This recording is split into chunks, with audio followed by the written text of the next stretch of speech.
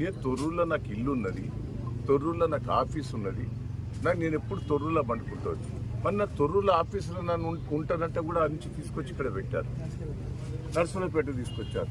ఆడ ఝాన్సీ గారికి సిటిజన్షిప్ అమెరికాలో ఉన్నది. ఆమె ఇక్కడ ఇల్లు లేదు, ఏది లేదు, తొర్రూరులో ఆమె బాధాపు ఉన్నది. ఆమె అంటే ఎంత ఘోరం అండి. 45 ఏళ్ళ రాజకీయాలలో ఇంత మోసం, ఇంత దగ నేను ఎప్పుడు కూడా చూడలేదు. రాజశేఖర రెడ్డి పీరియడ్లో కూడా ఇట్లా ప్రజాస్వామ్య విరుద్ధంగా ఎప్పుడు కూడా చేయలేదు.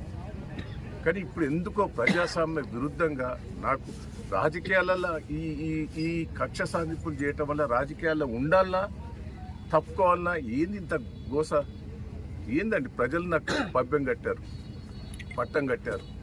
సర్పంచ్ ఎన్నికలలో మెజార్టీ సీట్లు ఇచ్చారు. నేను 46,000 ఓడిపోతే నాకు 2,000 లీడ్ ఇచ్చిన సర్పంచ్ ఎన్నికలు. పెద్ద పెద్ద గ్రామ పంచాయతీలని నన్నే గెలిపించారు.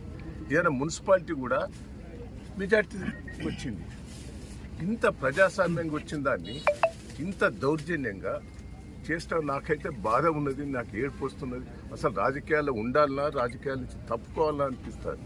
నాకైతే ఇంత గోస, ఇంత ప్రజాస్వామ్య విరుద్ధంగా చేస్తుంటే ప్రజలు పాపం సంతోషంగా ఉన్నారు. కార్యకర్తలు కూడా రాత్రింబవళ్ళు కష్టపడ్డారండి.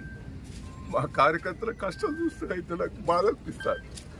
ప్రజలైతే కార్యకర్తలు 2 రోజులు బట్టి భోజనం లేకుండా 10,000 మంది కార్యకర్తలు వచ్చి రాత్రింబవళ్ళు కష్టపడ్డారు నా కోసం. నేను ఏం చెప్పాలి, ఏందైనా చెప్పాలి?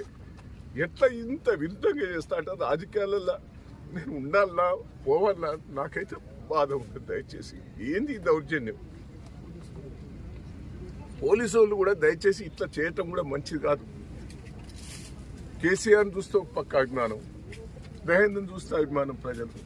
కానీ ఇంత అరాచకాలు చూస్తుంటే నాకైతే ఏమన్నా చెప్పండి. నా కార్యకర్తలకు ఏం జవాబు చెప్పుకోవాలి? కార్యకర్తలకు నేను ఏం జవాబు చెప్పాలి? పాపం తెగించి పనిచేసారు 2 రోజులు.